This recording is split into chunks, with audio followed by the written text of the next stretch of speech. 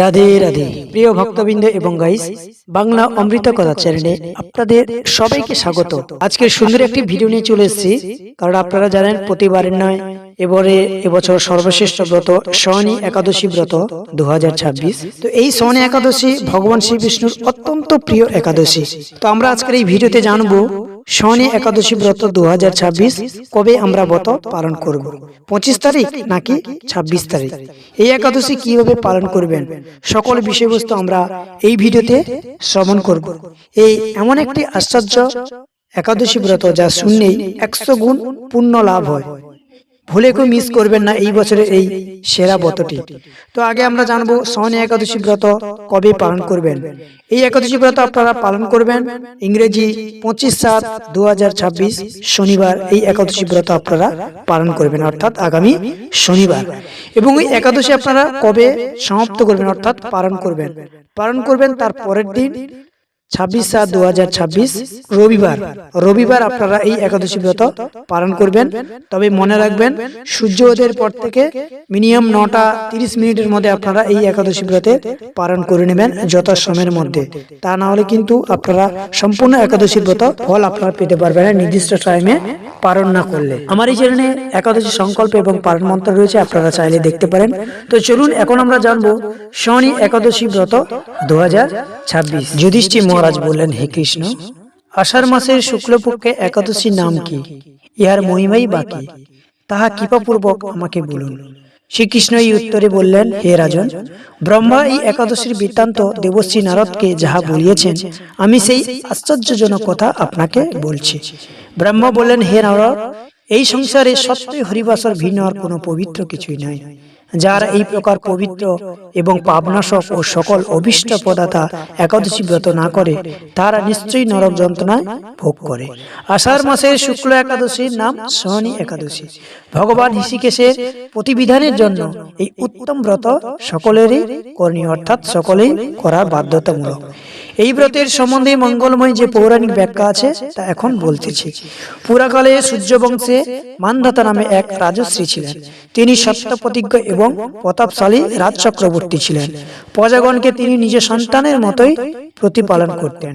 সেই রাজ্যে কোনো প্রকার দুঃখ, ব্যাধি, দুর্ভিক্ষ, আতঙ্ক, অন্নভাব কিংবা কোনো অন্যায় আচরণ ছিল না।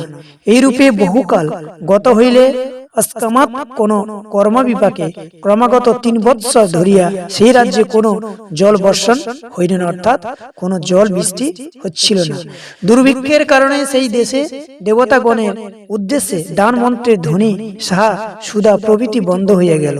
বেদ পাঠ ও ক্রমশ লুপ্ত হইতে থাকিল। এরপর প্রজাগণ রাজার নিকট আসিয়া বলিতে লাগিলেন, মহারাজ, দয়া করিয়া আমাদের কথা শ্রবণ। শাস্ত্রে জলকে নার নামে বলা, আর সেই জলে ভগবানের অয়ন অর্থাৎ নিবাস হয়। ভগবান বিষ্ণু সেই জলের অধ্যান করেন বলিয়া তিনি নারায়ণ নামে পরিচিত। মেঘরূপে সেই ভগবান সর্বত্র বৃষ্টি বিস্তার করিয়া থাকেন। সেই বৃষ্টি হইতে অন্ন এবং অন্ন হইতে প্রজার উৎপত্তি হয়। বর্তমানে সেই অন্নের প্রভাবে প্রজা ক্ষয় হইতে চলিল। এতএব হে রাজেন্দ্র, আপনি এই প্রকার কার্য করুন যাহাতে যজ্ঞক্ষেম সিদ্ধ হয়। রাজা বন্ধ্যাত্মার উত্তরে বলিলেন, তোমরা ঠিকই বলিয়াছ। অন্ন হইতে প্রাণীর উদ্ভব, অন্ন দ্বারাই প্রজা পালন। সুতরাং ইহার উপরে প্রজার ক্ষয় হইয়া থাকে, আবার রাজার দোষেও রাজ্য নাশ হয়। আমি নিজ বুদ্ধিতে আমার নিজের কোনো দোষ দেখিতে পাইতেছি না, তথাপি প্রজাদের কল্যাণের জন্য আমি অপ্রাণ চেষ্টা করিব।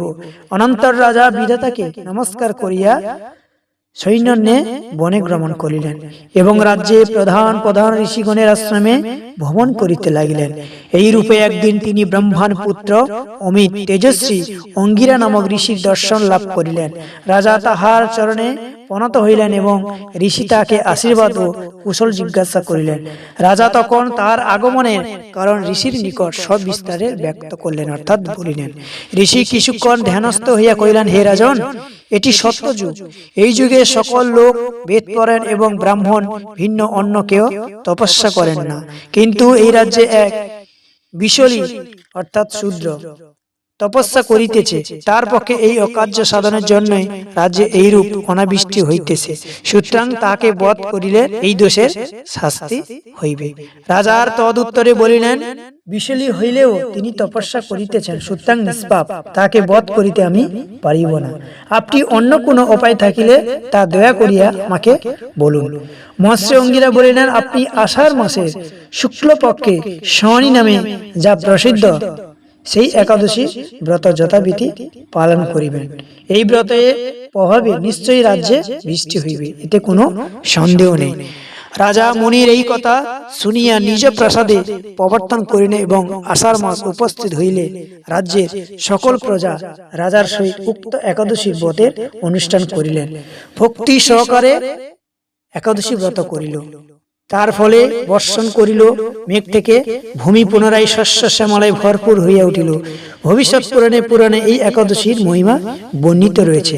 তাই প্রিয় ভক্তবৃন্দ এবং গাইস এবং সকল প্রিয় ভক্ত, এই একাদশী ব্রত এতটাই মহত্তা রয়েছে, আপনারা সবাই এই একাদশী ব্রত পালন করবেন এবং সময়ের মধ্যে পালন করবেন। এরকম নিত্য নতুন সকল একাদশী এবং সকল হিন্দু সনাতনে সকল সনাতনী ভিডিও পেতে গেলে চ্যানেলটি সাবস্ক্রাইব, কমেন্ট, লাইক, শেয়ার করে আমাদের সঙ্গে থাকবেন।